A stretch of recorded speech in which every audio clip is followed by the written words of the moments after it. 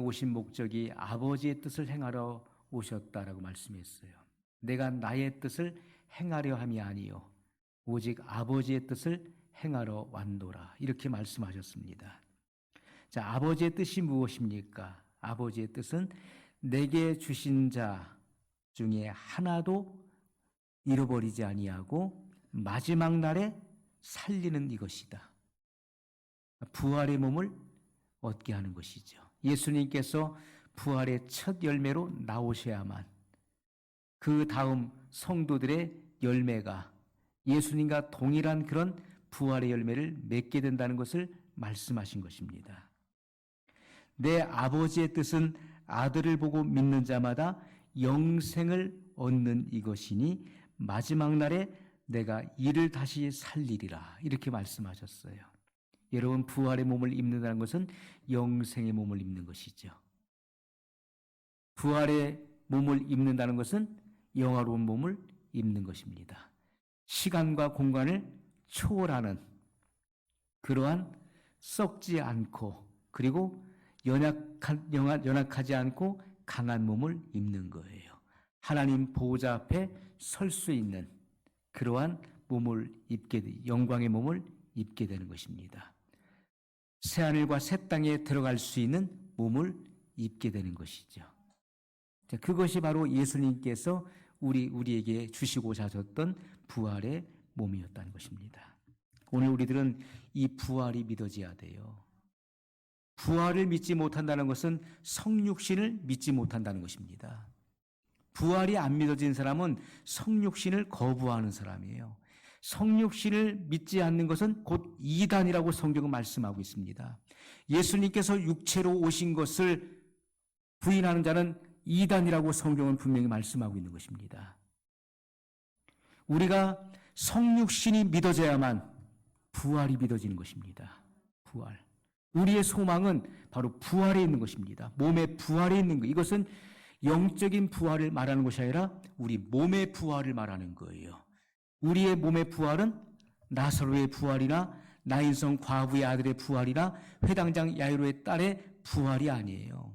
도로가의 부활이 아닙니다. 그런 부활이 아니라 예수님과 같은 부활의 몸을 말하는 것이죠.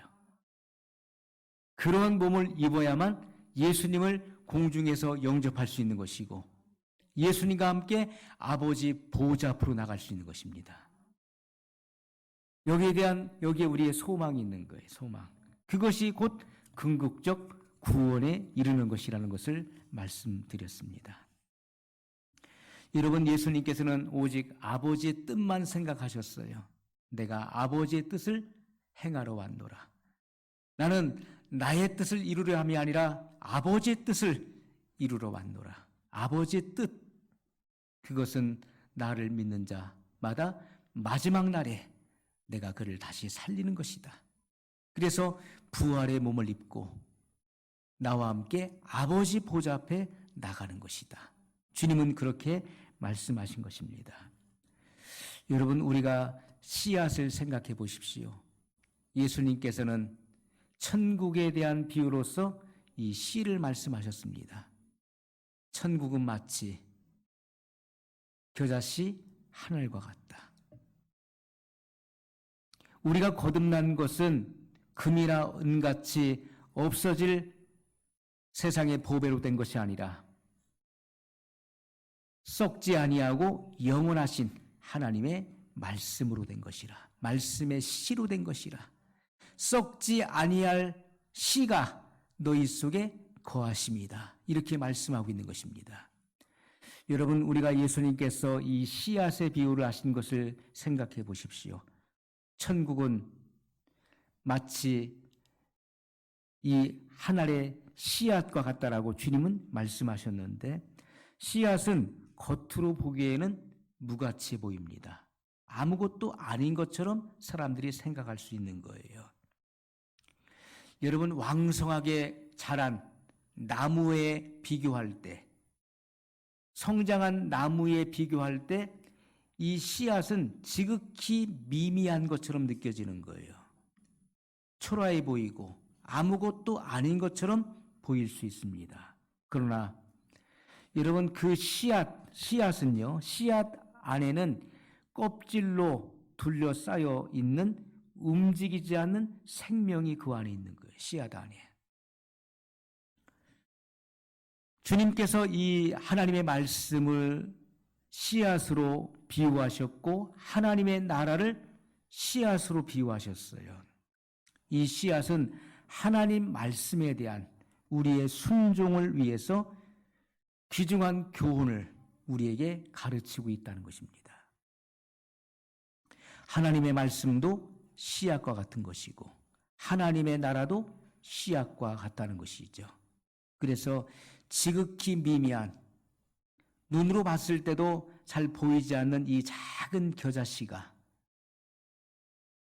땅에 심겨져서 그것이 자라나게 되면은 새들이 깃들이게 되는 것입니다. 그렇게 큰 나무로 성장하게 되는 것이죠. 그래서 하나님의 나라는 말씀의 작은 씨앗으로부터 시작되는 것입니다. 여러분 안에 심겨진 그 말씀의 씨가 왕성하게 성장하는 거예요. 폭발적으로 성장해서 위대한 역사를 이룬다는 것을 비유로 말씀해 준 것입니다. 하나님 나라의 특징은 무엇입니까? 그것은 거듭난 사람들의 마음속에 숨겨져 있는 씨앗과 같이 나타나진다는 것이죠. 자, 우리 안에 역사하는 그 하나님의 능력의 위대함도 말씀의 씨앗 속에 담겨 있는 그리스도의 생명인 것입니다. 이 생명의 역사예요. 우리 안에 있는 거듭난 그리스도인들이 가지고 있는 이 생명은 이기는 생명이라는 것이죠. 지는 생명이 아니라 이기는 생명인 것입니다.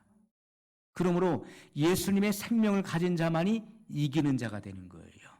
이기는 자에게 약속이 주어져 있는 것입니다. 이기는 자에게 낙원에 있는 생명나무의 열매를 먹을 수 있는 약속이 주어져 있죠.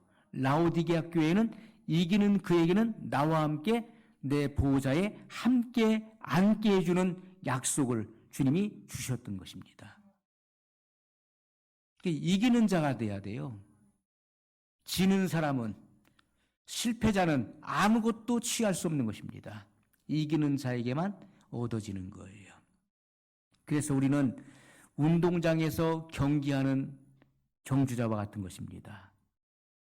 모든 사람이 달아날지라도 모든 사람이 경기를 합니다. 그러나 법대로 경기하지 않으면 상을 얻지 못하는 거예요. 반드시 승리자, 이기는 자에게만 그 보상이 주어지게 돼 있는 것입니다. 자, 그래서 이 생명은 언제 발휘됩니까? 내 안에 있는 이 비밀한 생명이 언제 나타납니까? 그것은 주님의 말씀에 순종하는 자에게 나타나지는 거예요. 하나님 말씀에 순종하고 그 말씀을 행하는 자를 통해서 그 생명의 능력이 발휘된다는 것입니다. 순종하지 않고 행하지 않는 사람에게는 절대로 그 생명의 능력은 나타나질 수가 없는 거예요. 우리가 지성적인 지식은요, 생명을 소생시킬 수도 없고 소성케 할 수도 없는 것입니다. 소생은 다시 살리는 것이고 소성은 자라게 하는 것이잖아요. 여러분 안에 주님의 생명이 있다면은 여러분은 반드시 주님의 뜻을 알고자 하여 이 말씀을 읽고 연구해야 되는 것입니다. 그리고 하나님의 뜻을 확인하고 반드시 그 말씀에 순종하고 행할 수 있어야 되는 거예요. 그래야 주님의 생명이 여러분의 삶을 통해서 발휘되는 것입니다. 나타나지는 거예요. 순종하지 않고 행하지 않는 사람은 주님의 그 생명의 능력을 경험할 수 없게 돼 있는 것이죠. 지성적인 지식은 여러분의 생명을 자라게 할 수 없습니다. 신학을 공부한다고 해서 여러분의 이 생명이 자라는 것이 아닙니다. 성경을 여러분들이 임의로 공부한다고 해서 여러분의 생명이 자랄 수 있는 게 아니에요. 그것은 머릿속에 지식으로 머물러 있는 것이죠. 머릿속에 지식으로 머물러 있는 사람은요, 율법의 사람이 되기 때문에 아는 것으로 인해서 더 교만해질 수 있는 것입니다. 머릿속에 아는 것이 많으면은 그 아는 것 때문에 남을 가르치려고 하지요. 남의 잘못을, 단점을 고치려고 그러죠. 지적하지요.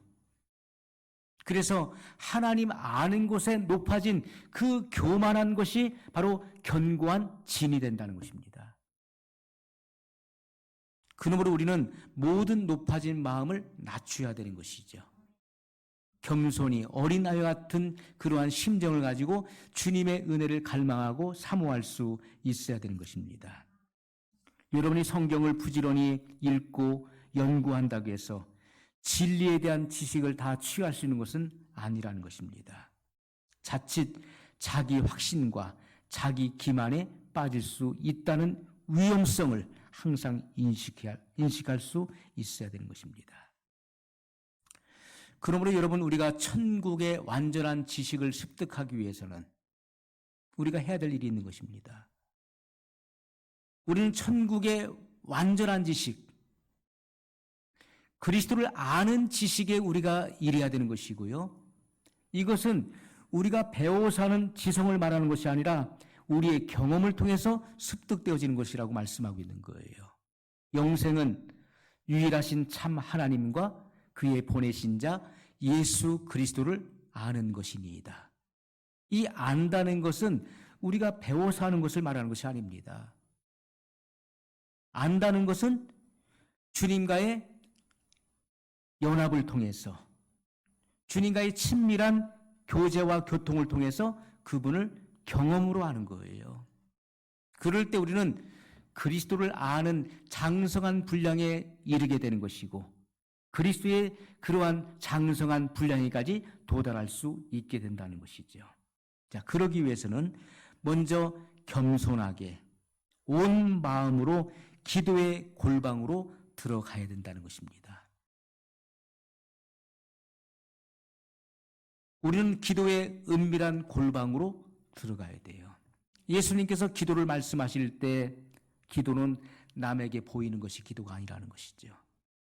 그렇게 하는 것이 기도가 아니라, 바리새인은 남에게 자랑하기 위해서, 자기 자신을 돋보이게 하기 위해서 일어서서 하늘을 우러러 큰 소리로 기도하면서 저 한쪽 구덩이에 있는 그런 세리와 자기를 비교하면서 자기 자신의 우월성을 자랑했어요. 그러나 그는 의롭다함을 얻지 못했다고 말씀하고 있습니다. 여러분, 우리는 기도의 은밀한 골방에 들어가야 되는데, 예수님께서는 너는 기도할 때 내 골방에 들어가 문을 닫고 은밀한 중에 들으시는, 은밀한 중에 보시는 내 아버지께 기도하라고 말씀했습니다. 은밀한 중에 모든 것을 알고 계시고 내가 기도하기 전에 구할 것을 알고 계시는 그 하나님 아버지께 구하라는 것입니다. 내 골방에 들어가 문을 닫으라는 거예요. 이것은 세상과 차단된 장소를 의미하는 것입니다. 세상의 그 어떤 방해나 장애도 받지 않는 그 은밀한 장소에서 아버지 앞에 겸손히 엎드리라는 거예요.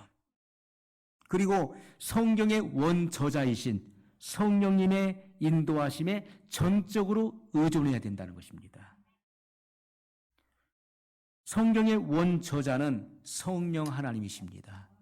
모든 성경은 하나님의 감동으로 된 거예요. 이건 성령의 영감, 성령의 감동으로 기록된 말씀인 것을 우리에게 보여주고 있는 것입니다. 모든 말씀, 모든 성경은 하나님의 감동으로 된 것으로 교훈과 책망과 바르게 함과 의로 교육하기에 유익하니, 이렇게 말씀하고 있는 것입니다. 성령의 감동, 성령의 영감으로 주어진 말씀인 것이죠. 그렇기 때문에 성경의 원저자이신 성령 하나님을 전적으로 의지해야 되는 것입니다. 그리고 하나님의 신실한 종들의 가르침과 지도를 받아야 되는 것이죠. 기름 부음이 내게 임했으니까, 내 속에 있는 기름 부음이 모든 것을 가르친다고 하니까 나는 배울 필요가 없다, 아무도 나를 가르칠 수가 없다, 이것은 교만이죠. 하나님의 종들의 신실한 가르침과 지도를 받아야 되는 것입니다. 빌립 집사가 없었다면은 이디오피아 여왕 간닥의 모든 국고를 맡고 있었던 재무장관 네시가 구원받을 수 있었겠습니까? 없는 것이죠. 그는 절기를 지키기 위해서 이티오피아에서부터 예루살렘까지 그 먼 길을 마다하지 않고 와서 절기를 지키고 고국으로 돌아가는 길에 그 마차 안에서 이사야서를 읽고 있었는데 그 뜻과 내용을 알 수가 없는 거예요. 성령께서 빌립에게 지시하여 너는 광야로 나가라. 광야로 나갔더니 거기에 마침 그 재무장관 네시가 본국으로 돌아가는 길이었어요. 마차로 가까이 가라. 가까이 갔습니다. 가서 그에게 물었어요. 있는 것을 깨닫느냐? 내게 지도해 주는 자가 없는데 내가 어떻게 이것을 깨달을 수 있느냐? 마차에 오르시오. 마차에 올라서 당신이 아는 것 같은데 이 말씀을 나에게 해석해 주시오. 빌립 집사가 성령의 감동으로 이 모든 말씀이 바로 그리스도에 관한 것임을 그것을 해석해서 가르쳐 줍니다. 그때 이 네시는 재무장관은 그 말씀을 깨닫고 마침 그곳에 물이 있었어요. 가는 길에 오아시스가 있었죠. 내가 이 말씀을 깨달았으니 세례를 거부할 이유가 무엇이 있으리요? 나에게 세례를 주시오.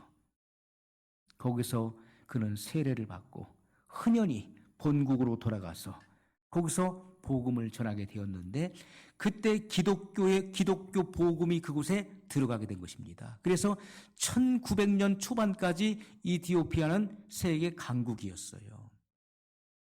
그러나 그 이후에 희석됐기 때문에 타락해서 무너지게 된 것이죠. 여러분, 이 재무장관 네시가 복음을 받고 그 한 사람으로 인해서 그곳에 그 이디오피아의 복음이 확산됐던 것을 보게 됩니다. 여러분, 우리가 설교를 왜 듣습니까? 하나님 말씀을 듣는 이유가 무엇인가요? 성경을 공부하는 이유가 무엇입니까? 설교를 계속해서 반복해서 들으십시오. 시청하세요. 성경을 공부해야 됩니다. 여러분, 우리가 이 같은 설교를 반복해서 듣고 또 성경을 공부하는 진정한 목적이 무엇이냐는 거예요. 그것은 우리가 성경을 통해서 하나님의 모든 뜻을 알고 그 뜻에 전적으로 순종하기 위해서 설교를 듣는 것이고 가르침을 받는 것입니다. 모든 성도의 열망은 하나님의 뜻을 정말 바르게 알고 그 뜻에 순종하고자 하는 거기에 우리의 모든 열망이 있어야 된다는 것입니다. 우리의 모든 목표가 거기에 맞춰져 있어야 되는 거예요. 설교 듣고 여러분 은혜 조금 받기 위해서 설교 듣는 것입니까? 성경에 대한 지식을 쌓기 위해서 성경을 공부하는 것인가요? 그렇지가 않습니다. 하나님의 뜻이 무엇인가를 알아야 우리가 순종할 수 있는 것이잖아요. 그래서 하나님의 뜻을 알기 위해서 우리 말씀을 배워야 되는 것입니다. 드려야 되는 것입니다. 하나님의 뜻을 이해하고 깨달은 사람은 그 말씀에 순종해야 돼요. 이것이 의에 줄이고 목마른 사람의 태도인 것이죠. 의에 줄이고 목마르다는 것은 하나님의 뜻을 갈망하고 그 뜻을 순종하고자 몸부림치는 사람을 의미하는 것입니다. 그러한 사람이 복 있는 사람이에요. 하나님의 나라가 그들의 것이라고 말씀하고 있습니다. 여러분, 성경은 우리에게 빛이 되는 것입니다. 시편 119편 105절에 주의 말씀은 내 발의 등이요 내 길의 빛이니이다. 이렇게 말씀했어요. 주님의 말씀은 내 발의 등입니다. 여러분, 어두운 밤길을 걸어가는 사람이 달빛도 없고 별빛도 보이지 않는 칠흑같이 어두운 밤길을 걷는 산길을 걷는 사람이 길을 가다가 헛디디면은 땅떨어지로 떨어질 수가 있는 거예요. 그때 그에게 가장 필요한 것이 무엇이겠습니까? 내가 걸어가는 그 발길을 비춰주는 등이 필요한 것이죠. 주의 말씀은 내 발의 등이요, 등불이라는 거예요. 내가 걸어가는, 지금은 세상이 온갖 죄악으로 관영합니다. 노아의 때와 같이 죄를 죄로 알지 못하고 죄를 무분별하게 짓고 있는 그런 이 세대를 살고 있어요. 칠흑같이 어두운 밤이 가장 깊은 때를 우리가 살고 있는데, 등불이 없으면, 말씀의 등불이 없으면 우리는 실족할 수밖에 없고 다른 길로 갈 수밖에 없는 것입니다. 그래서 주의 말씀은 내 발의 등이요, 등불이요, 내 길의 빛이니이다. 목적지를 조명해주는, 비춰주는 빛이라는 것입니다. 그러므로 우리가 진리의 빛을 받지 않고는 우리는 그 누구도 천국에 도달할 수 없어요. 우리의 본향은 천국입니다. 새 하늘과 새 땅이에요. 새 예루살렘입니다. 그런데 우리가 진리의 바른 조명, 복음의 표준에 맞춘 복음을 듣지 않고서는 그 누구도 바른 길을 갈 수 없는 것이죠. 여러분, 그러므로 이것이 얼마나 중요한 것입니까? 하나님의 마음과 똑같은 목적을 가지고 우리는 말씀에 접근할 수 있어야 돼요. 하나님의 마음과 사랑 안에 들어갈 수 있는 한 가지 유일한 비밀이 있습니다. 내가 어떻게 하면 하나님의 마음 속에 들어갈 수 있을까? 내가 어떻게 하면 하나님의 사랑 속에 들어갈 수 있을까? 그 비밀이 무엇일까? 그것은 주님이 하신 것처럼 하나님의 뜻을 행하는 것입니다. 여러분, 오늘 말씀을 듣고서 이 말씀을 깨달았다면은 그 말씀대로 내가 행하는 거예요. 그 말씀에 순종하고 그 말씀대로 사는 것입니다. 여러분이 성경을 읽지 않았는데 성경을 읽으라는 말씀, 그것이 여러분의 영혼에 유익하다는 말씀을 들었다면은 여러분은 반드시 실천해야 되는 것입니다. 어떤 이들은 그렇구나 깨닫고서 바로 잊어버려요. 그들에게는 생명의 능력이 나타나지 않습니다. 빛이신 주님을 만나는 경험이 일어나지 않는 거예요. 그러나 그와 같은 말씀을 마음에 깊이 담고 바로 돌아가서 실천에 옮기는 사람들은, 그것을 매일같이 반복적으로 실천하는 사람들은 그 영이 성장할 수 있는 것이고 주님의 마음 속에 들어갈 수 있는 것이고 주님의 사랑 속에 들어갈 수 있다는 거예요. 그것이 유일한 비밀인 것입니다. 하나님의 뜻을 깨달은 대로, 내가 이해한 대로 순종하는 것, 실천하는 것, 그것이 곧 주님의 마음 속에 들어가는 비결인 것이고 주님의 사랑 속에 들어갈 수 있는 유일한 비밀이라는 것입니다. 말씀을 듣기만 하고 행하지 않는 자는 그 어떤 열매도 기대할 수 없는 거예요. 듣기는 잘하지만은 듣기만 하면 뭐 할 것입니까? 순종하지 않는데요. 하나님을 믿으면 뭐 할 것입니까? 순종하지 않는 것을요. 마지막 시대에 필요한 것이 무엇입니까? 하나님 말씀을 듣는 자가 복이 있어요. 기록된 말씀을 읽는 자가 복이 있어요. 그러나 세 번째 복은 무엇입니까? 그 가운데 기록된 말씀을 행하는 자가 복이 있다는 거예요. 우리는 듣기도 하고 읽기도 합니다. 그러나 가장 중요한 것은 기록되어 있는 말씀대로 행하는 자, 순종하는 자가 복이 있는 자라는 것입니다. 여러분, 귀신들은 하나님을 안 믿습니까? 하나님 믿습니다. 내가 하나님이 한 분이신 것을 믿느냐? 잘하는도다. 귀신들도 믿고 떠느니라. 이렇게 말씀하고 있어요. 귀신들도 하나님이 한 분이신 것을, 하나님이 심판주이신 것을 믿습니다. 그러나 그들은 하나님 말씀에 순종하지 않죠. 오늘날 여러분, 우리도 마찬가지예요. 하나님 난 믿는다. 예수님이 우리의 구원자이신 것을 믿는다. 믿으면 뭐 할 것입니까? 순종하지 않는 것을. 순종하지 않기 때문에 지옥 가는 거예요. 나더러 주여 주여 하는 자마다 다 천국에 들어갈 것이 아니요. 천국에 다 들어갈 것이 아니요. 다만 내 아버지의 뜻대로 행하는 자, 하늘에 계신 내 아버지의 뜻을 알고 행하는 자라야 들어가리라고 말씀했던 것입니다. 말씀을 순종하는 자가 곧 천국의 아들들이에요. 그들이 참 하나님의 아들들인 것입니다. 말씀을, 그 주님의 계시된 성경 말씀을 통해 계시된 하나님의 뜻을 알고 순종하는 자만이 천국에 들어간다는 거예요. 본향에 갈 수 있다는 말씀인 것입니다. 여러분, 우리가 하나님 말씀을 듣고 행하지 않는 사람은 신앙의 집을 건축할 수 없는 것입니다. 그것은 그 주초를 모래 위에 세웠기 때문에 환난과 시험이 닥치면 곧 무너져 버리는 거예요. 그래서 그 신앙의 집이 온전하게 세워질 수 없다는 말씀인 것이죠.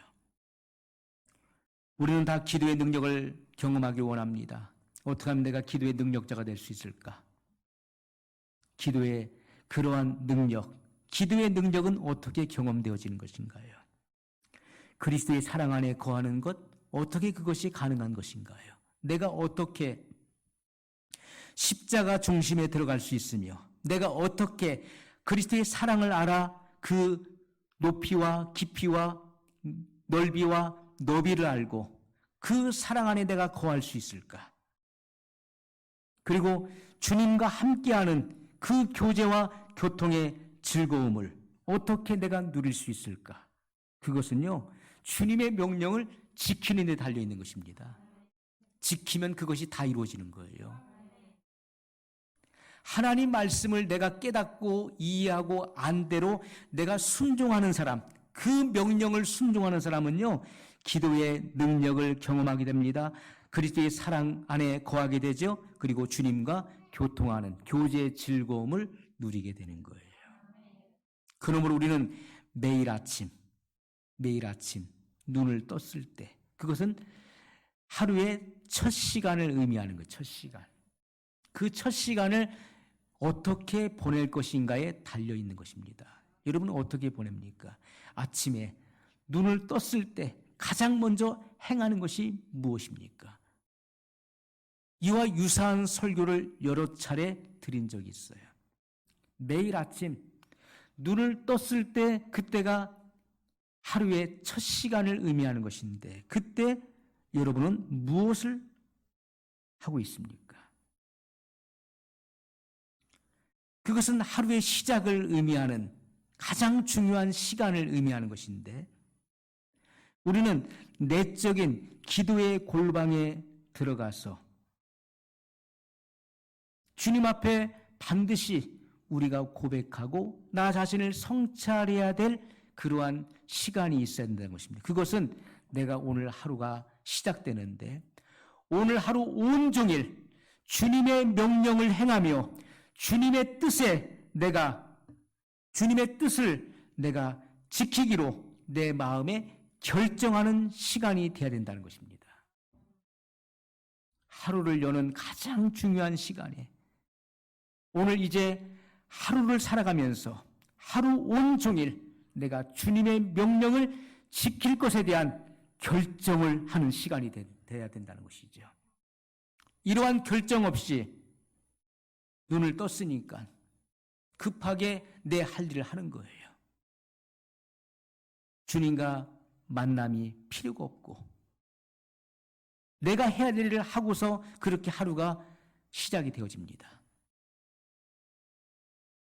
그렇기 때문에 우리의 삶이 무의미하게 지내지게 되는 것이죠.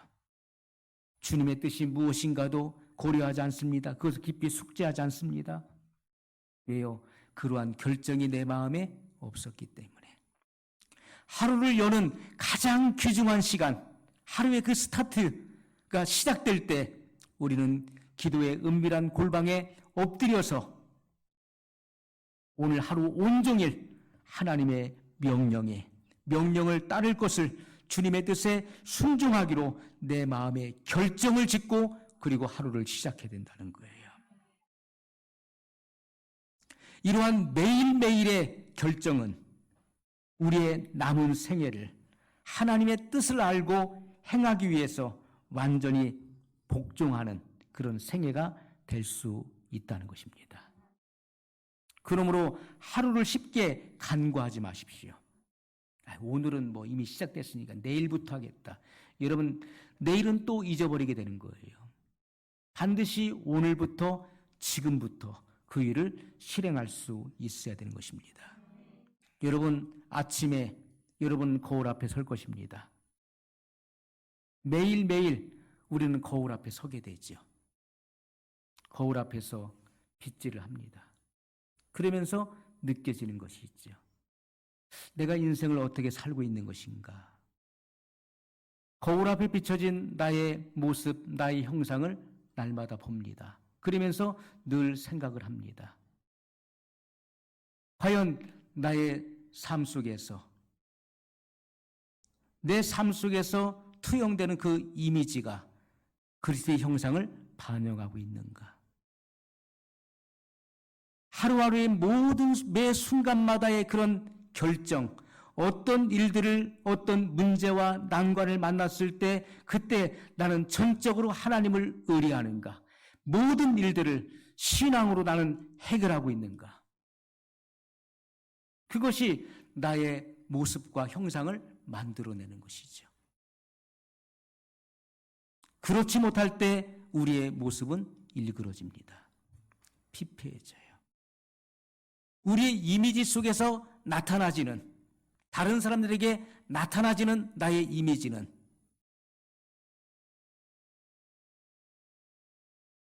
그리스도의 형상을 반영하는 것이 아니라 무섭고 사납고, 그리고 건드리면은 폭발할 것 같고, 여러분, 우리가 이러한 이미지를 나타낸다면은 그것은 내가 잘못된 자화상을 가지고 잘못된 신앙관을 가지고 살아왔음을 나 스스로가 증명하는 것이죠. 우리는 매일매일 거울 앞에 서서 그 거울 앞에 투영된 나의 모습을 조명하면서 우리는 깊은 성찰을 해야 되는 것입니다. 나는 과연 신앙으로 살았는가? 모든 일들, 매사에 일어난 모든 일들을 하나님과 연관시키고 하나님께서 개입해 계시며 그 일들을 내가 하나님의 주권에 내어 맡기는 그러한 인생을 살아왔는가? 타인에게 비춰지는 나의 모습, 나의 이미지와 형상은 어떻게 반영되고 있는가? 나는 참으로 세상의 빛으로 나타나는 삶을 살고 있는가? 매일매일 그 같은 생각을 하게 됩니다. 오늘 우리들은 우리 자신을 성찰해 봐야 돼요. 하나님의 말씀의 비밀은요, 그것을 즐겁게 찾는 이들에게만 발견되어지는 거예요. 어쩔 수 없이 성경을 안 읽을 수는 없고, 어쩔 수 없이 말씀을, 이 장수를 채우기 위해서 읽는 사람들에게는 말씀의 비밀이 공개되지 않는 것입니다. 시편 1편에 보십시오. 복 있는 사람은 여호와의 율법을 즐거워하여 그의 율법을 주야로 묵상하는 자로다. 여호와의 율법을 즐거워서 하나님 말씀을 읽는 것이, 이 말씀을 연구하고 탐구하는 것이 너무나 즐거운 거예요. 세상의 그 어떤 것과 비교할 수 없는 즐거움이라는 거예요. 그렇기 때문에 밤낮으로 주야로 그 말씀을 묵상한다라고 말씀하고 있는 것이죠. 내가 즐겁지 않은 것을 주야로 밤이건 낮이건 그것을 내가 찾고 그것을 할 수 있겠습니까? 안 되는 것이죠. 여러분, 핸드폰을 보는 것이 좋으니까 그 속에 많은 정보와 내가 좋아하는 것이 그 안에 들어있으니까 그것을 계속 들여다보는 거 아닙니까? 한 번 빠지면 계속 빠져가지고 늪과 같이 계속 빠져서 거기에 3시간, 4시간, 5시간, 6시간 밤새도록 그것을 보는 거 아니겠습니까? 그러나 세상의 그 모든 것은 결국 허무한 것밖에 없는 거예요. 허탈한 것입니다. 그때는 마치 내가 깊이 심취되는 것처럼 좋고 조금만 더 보고 하다가 나중에는 어떻습니까? 심령이 피폐해지고 강팍해지고 남는 것이 없는 거예요. 그것이 나를 깊은 수렁으로, 영적인 수렁으로 끌고 가는 것입니다. 그러나 하나님 말씀은 그렇지가 않지요. 하나님 말씀을 즐거이 찾는 이들에게는 주님께서 기쁨을 주시는 거예요. 성경에 게시되어 있는 그리스도를 우리에게 알게 하시는 것이고 이 비밀을 알려주신다는 것입니다. 그러므로 우리가 말씀을 먹는다는 것은 말씀을 먹는다니까 말씀을 먹는 신욕을 한다고 해서 그것이 먹어지는 것입니까? 그렇지가 않지요. 말씀을 먹는다는 의미는요, 우리의 존재 속에 우리의 존재가 뭡니까? 그것은 우리의 마음을 의미하는 것이잖아요. 우리의 존재 속에 하나님 말씀을 흡수하는 거예요. 내 존재 속에 말씀을 흡수해서 나 자신의 생명을 유지하기 위해서 적용하는 것을 의미하는 것입니다. 그것이 말씀을 먹는다는 의미예요. 그 이 말씀을 적용할 때 그 말씀은 나에게 생명의 양식이 되는 거예요. 그래서 나를 강화시키고 강하게 만드는 것입니다. 자라게 만드는 것입니다. 예수님께서는 제자들에게 말씀했어요. 수가성 우물가에서 내게는 너희가 알지 못하는 또 다른 양식이 있느니라. 그것은 아버지의 뜻을 행하는 것이다. 이렇게 말씀했어요. 그것은 적용을 말하는 것입니다. 하나님 말씀이 내 영의 양식이 되기 위해서는요, 우리가 나의 존재 속에, 나의 마음 속에 하나님 말씀을 깊이 흡수하는 거예요. 그 말씀을 내 마음 속에 간직하게 깊이 받아들이는 거예요. 그리고 그 말씀을 내 삶 속에 적용하는 것입니다. 실행하는 거예요. 그때 그 말씀은 우리에게 기쁨을 주는 것입니다. 기쁨을 줘요. 그때 우리의 영은 성장하게 되는 거예요. 다시 말해서 말씀 속에서 우리는 하나님의 뜻을 발견하게 되지요. 여러분, 하나님의 뜻을 어떻게 알 수 있습니까? 어떤 사람은 하나님의 뜻을 알려달라고 계속 기도한다 하나님의 뜻을 아는 것입니까? 하나님의 모든 뜻은 성경 말씀에 게시되어 있는 것입니다. 성경 66권 속에 하나님의 뜻이 무엇인지를 다 여기에 제시하고 있는 것입니다. 우리는 성경 말씀을 통해서 하나님의 뜻을 발견하게 돼요. 그리고 이 말씀을 적용하게 되는 것이고 기뻐하게 되는 것입니다. 그래서 우리가 말씀을 먹는 행위는 매일매일 이루어져야 돼. 매일매일. 말씀을 먹는 흉내를 내는 것이 아니라 말씀을 즐거운 마음으로 이 말씀을 대하고 그리고 이 말씀을 내 삶 속에 적용해야 된다는 것이죠. 그때 말씀은 나에게 즐거움을 주는 거예요. 그리고 내 영을 자라게 하는데 그 말씀이 내게 영의 양식이 되었기 때문에 내 영혼을 자라게 하는 것입니다. 여러분, 거룩한 진리는 반드시 거룩한 교사를 필요로 하는 것입니다. 거룩한 진리는 반드시 거룩한 선생님, 누굽니까? 성령 하나님이시죠. 영적인 일에 대한 영적인 해석은 반드시 성령님으로부터 나올 수 있는 거예요. 내가 지어 짠다 해서 나오는 것이 아닙니다. 성령님으로부터 영적인 해석이 나올 수 있는 거예요. 그러므로 우리는 하나님 말씀을 이제 오늘부터 하나님 말씀을 읽을 때 어떻게 읽어야 됩니까? 기도하는 심정으로 읽으라는 것이죠. 기도하는 심정으로 하나님 말씀을 읽을 수 있어야 돼요. 그리고 우리가 이 말씀을 그렇게 중요시 여기는 것은요, 우리가 말씀을 붙잡고 기도해야 됩니다. 말씀에 근거해서 기도해야 됩니다.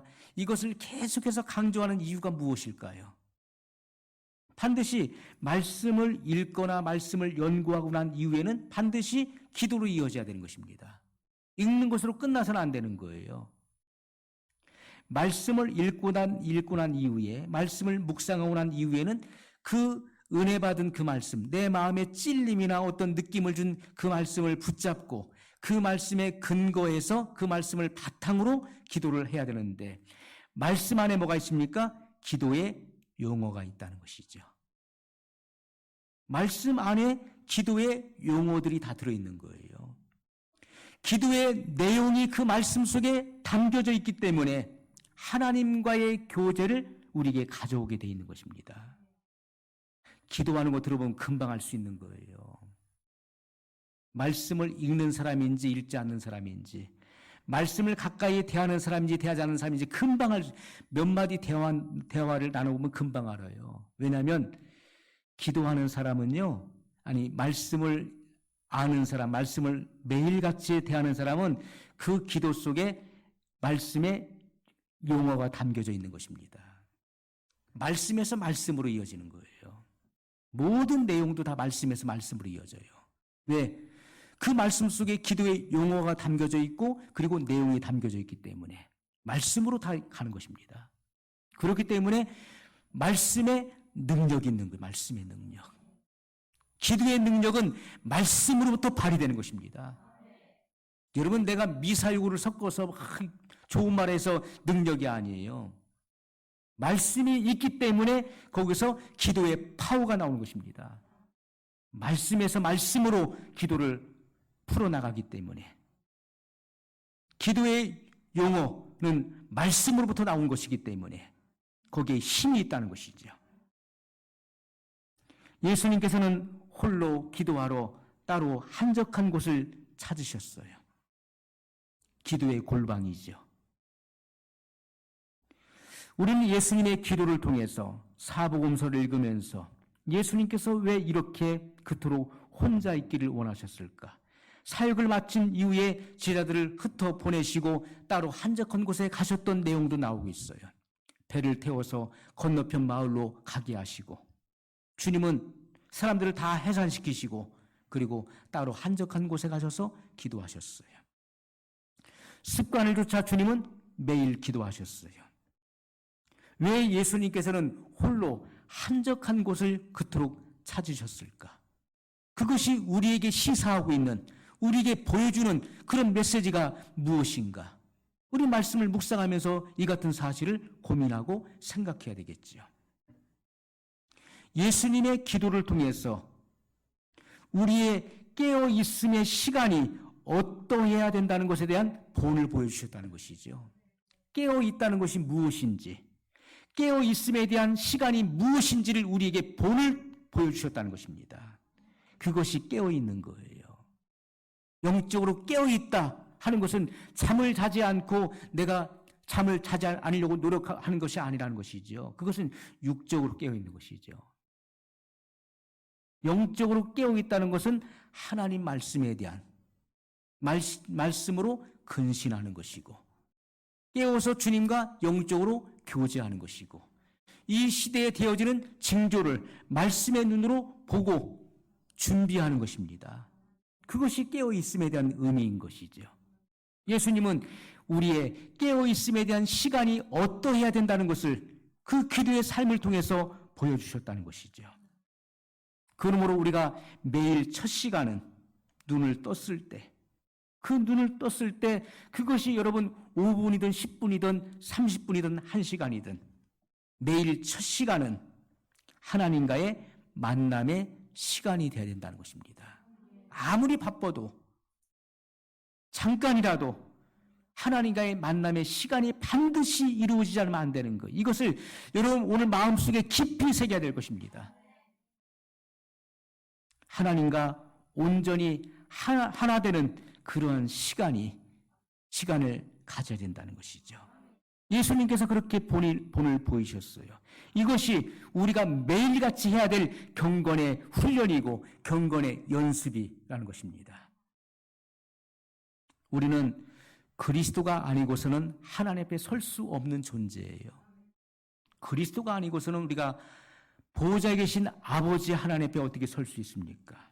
하나님 앞에 나갈 수 없는 거예요. 그래서 예수님께서는 나는 길이요 진리요 생명이니 나로 말미암지 않고는 아버지께로 올 자가 없느니라. 나로 말미암지 않고는, 나를 통하지 않고서는 그 누구도 아버지 앞에 나올 수 없다라고 말씀하셨어요. 그리스도가 아니고서는 그 누구도 아버지 보좌 앞에 설 수 있는 존재는 없는 것입니다. 그 어떤 인간도 없어요. 하나님 말씀을 읽고 묵상함을 통해서 우리는 하나님을 알게 되는 것이죠. 그리고 그 뜻을 분별하게 되는 것입니다. 하나님의 뜻이 무엇인지, 또 내 마음을 혼탁하게 만드는 사단의 이런 뜻이 무엇인지를 분별할 수 있게 되는 것입니다. 그리스도의 생명의 풍성함을 우리가 입게 되는 것이고 그 안에서 자라게 되는 것입니다. 그것이 성경이 우리에게 비춰주는, 조명해 주시는 말씀인 것이죠. 또 그 시간에 우리의 사역이 이루어져야 되는데 그것은 중보 사역이 이루어져야 된다는 것입니다. 예수님께서는 제자들을 위해서 기도하셨어요. 시몬아, 시몬아, 사단이 밀가부르듯 하려고 너희를 청구하였으나 나는 내 믿음이 떨어지지 않기 위하여 기도하였노라. 예수님의 중보가 있었다는 거예요. 제자들 이름을 불러가면서 예수님은 간절히 기도하셨어요. 지금도 하나님 보좌 우편에서 우리를 위하여 친히 기도하신다고 말씀하고 있어요. 성령 하나님은 내 안에서 말할 수 없는 탄식으로 우리를 위하여 친히 간구하신다라고 말씀했습니다. 이러한 중보의 기도가 있기 때문에 우리가 지금 수없이 많은 미혹과 유혹을 받아 이미 우리는 타락했을 것입니다. 제가 저를 보더라도 죽어도 10,000번은 100,000번은 더 죽어 마땅한 존재였어요. 그런 제가 지금까지 이 자리에 있는 것은 주님의 중보의 기도가 계시고 내 안에 내주하시는 성령님의 탄식이 있었기 때문에 내가 지금도 살아있다는 이 놀라운 사실감을 느끼는 것입니다.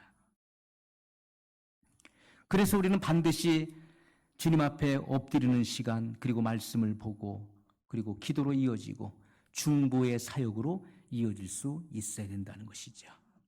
여러분, 마치 모세가 하나님과 교제할 때, 기도할 때 마치 하나님께서는 친구와 이야기함 같이 모세를 그렇게 친밀하게 대하셨음을 성경이 증거하고 있습니다.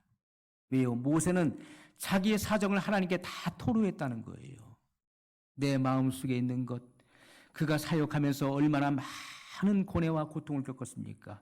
말은 다 표현하지 않지만은 모세가 속상했었던 것, 모세가 괴로움 당했던 것, 모세가 억울한 일 당했던 것, 모세가 고통을 당했던 것을 성경에 다 구구절절히 기록할 수 없는 거예요. 모세는 그 마음이 온유하고 그 온유함이 지면의 모든 사람보다 승하했다는 그 말씀 한마디에 다 압축되어 있는 것입니다. 다 받아들일 수 있는 시련을 통해서 준비가 되어 있던 인물이었어요. 그러나 그럼에도 불구하고 슬픈 일과 수없이 많은 문제에 봉착하게 되죠. 그때마다 모세는 일일이 하나님께 그 사정을 토로했다는 것입니다. 모세의 기도를 통해서 이스라엘을 구원했어요. 하나님의 진노를 멈추게 했습니다. 문둥병에 걸려 진 밖으로 쫓겨났던 그의 누이 미리암을 구원했어요. 목말라 애타할 때 반석을 쳐서 샘물이 솟아나게 했습니다. 그것은 모세의 기도였어요. 모세는 모든 일들을 하나님께 아뢰습니다. 토로했어요. 그래서 진정한 해결을 경험했던 것을 우리에게 보여줍니다. 오늘 우리는 성경을 통해서 엘리야의 하나님은 우리의 하나님이신 것을 고백해야 돼요. 성경은 우리에게 증거합니다. 엘리야는 우리와 성정이 같은 사람이로되. 엘리야는 특별한 사람이 아니었다는 거예요. 나와는 전혀 다른 사람이다 이렇게 생각하면 안 되는 것입니다.